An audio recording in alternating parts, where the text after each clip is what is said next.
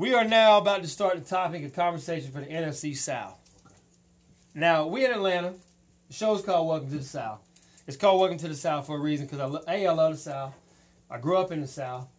I'm a Falcons fan, Hawks fan, Braves fan, Georgia State, Georgia Southern, UGA, Kennesaw. They got a football team. They do a basketball team.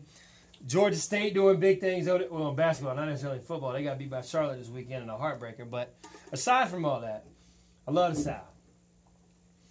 So here we are, NFC South. Falcons go 13-3 a few years ago.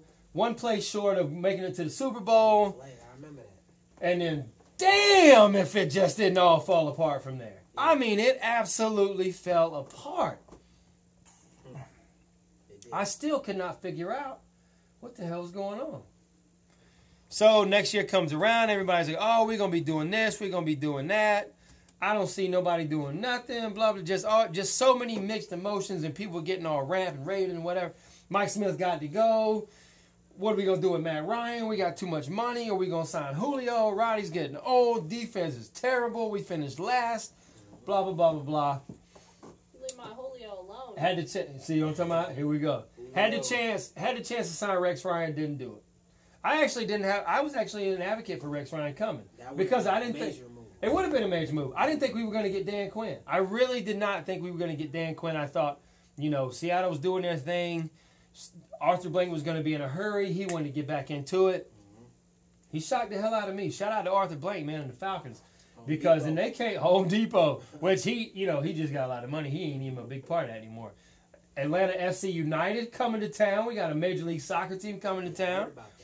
Glad to have you guys in Atlanta. Well, I'll take you and show you around. We'll do a little cuckoo room down in Midtown one night. I'm gonna throw a little get together with some DJs and some other musicians and artists that I work with. Got a band by the name, before I get back into the NFC South, The Norm. You can check them out at thenormmusic.com. So I'll make sure we put that out there. But that'd be a great collab because my man Ryan.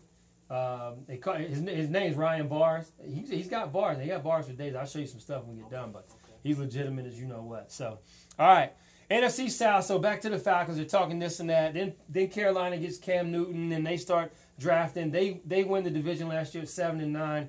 Tampa Bay, they fire their coach. They bring in Lovie Smith. They draft Jameis Winston. He's the man. Yeah. New Orleans falls apart. Then Drew Brees is still there. They come back. All kinds of talk, tic-tac, whatever. Last year, when we beat the Saints in overtime, first game of the season, I legitimately thought we had a chance that we were going to do something in Atlanta. I thought we had a lot of promise. Boy, was I wrong. Good God, was I wrong. See, look, I done pissed somebody off. Now the hotline is blowing up. I ain't even going to answer because I ain't even talk to. I mean, I'm sure it's some Panthers fan. It's probably my boy Jay, huge Panthers fan. So, going back to Atlanta, we made some moves. We draft the running back. Well, first of all, we draft Vic Beasley out of Clemson. Monster in Vic Beasley. Yeah. And then we had a couple of pickups. Jalil, however you say his first name, Collins out of LSU, the safety, who hasn't really shown to be what everybody thought he was going to be. Couple of moves on the offensive line, which has been the weakest thing ever. Defensive line has gotten a little bit better. Secondary, his Trufant starting to come into his own. I never thought Robert Alford was a big time playmaker anyway, but that's just me. Linebacker core was kind of suspect. Warlow comes back. He's actually team captain this year. So the Falcons have done some good stuff. But the offensive line, man, they just it's one right after the other. Jake Matthews got hurt. Now he's back. My man Hawley, they let him go today. I thought he was going to be the starting center, but apparently we saved $3 million on that move. Some people say he didn't really fit the scheme. Other people are saying he's kind of injury prone. We're still looking at bringing in Jake Long, who was the number 1 overall draft pick not too long ago. But, oh, by the way, he's been hurt and the whole nine. So, it's kind of, it sucks. Because we don't know who the hell's going to be protecting our franchise quarterback.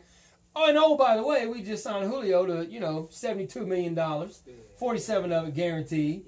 Hey, Julio, get paid, baby. Get paid. I ain't mad at you. But I feel it, though. You think it's high? Just a little bit. Just a really? Bit. Let me get a jersey. Shit, I hear you let me get a jersey.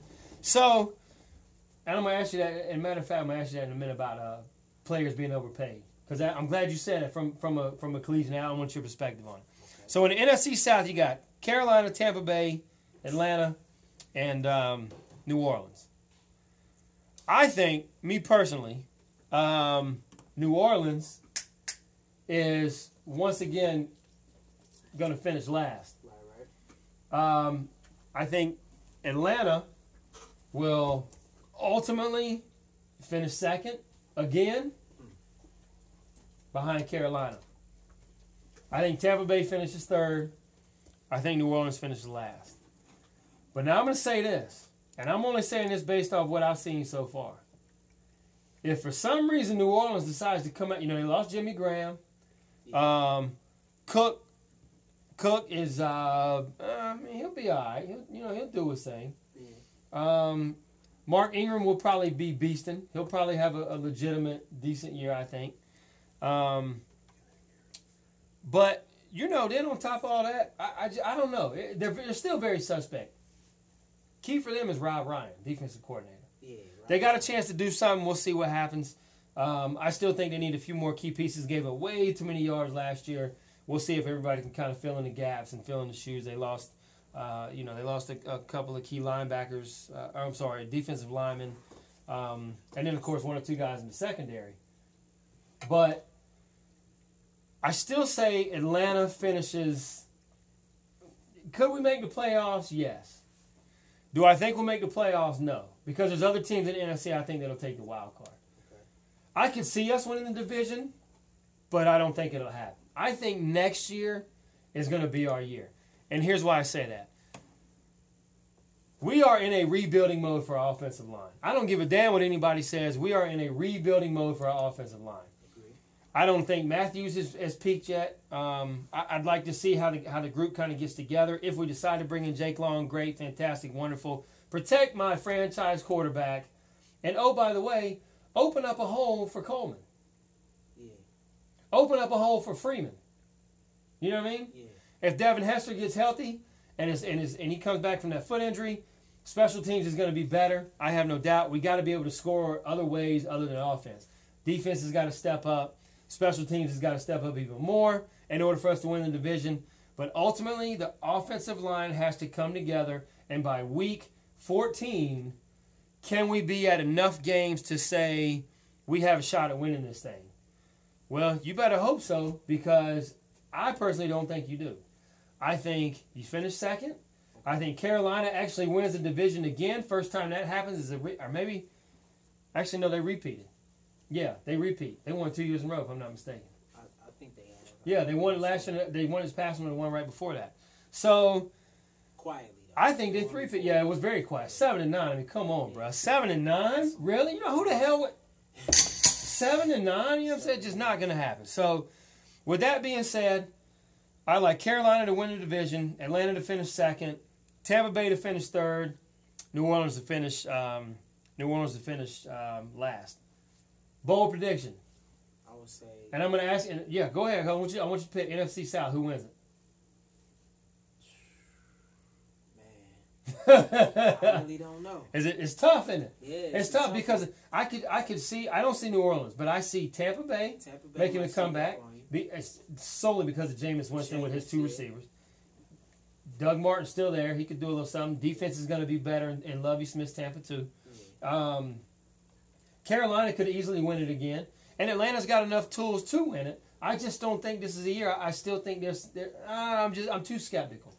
We may revisit this midseason. I'm gonna say, you know what, Atlanta proved me wrong. I'm all about it, but Atlanta's just needing. I feel like this is the issue I have with Atlanta, and I've always had this with them. What's that? For some years now. The problem is they're too finesse. Too finesse? Way too finesse. Too soft. Just say it. Too soft. Too soft. Welcome to the South Radio. You heard it here first. My man Dreamwalker. He played at University of Cincinnati. He knows what it's like to be a hard nose. I played at one of the best junior colleges in the country at Georgia Military College down in Millersville. Welcome to the South Radio. We go hard around here, baby. We go hard. We'll be right back. Let me tell you about this.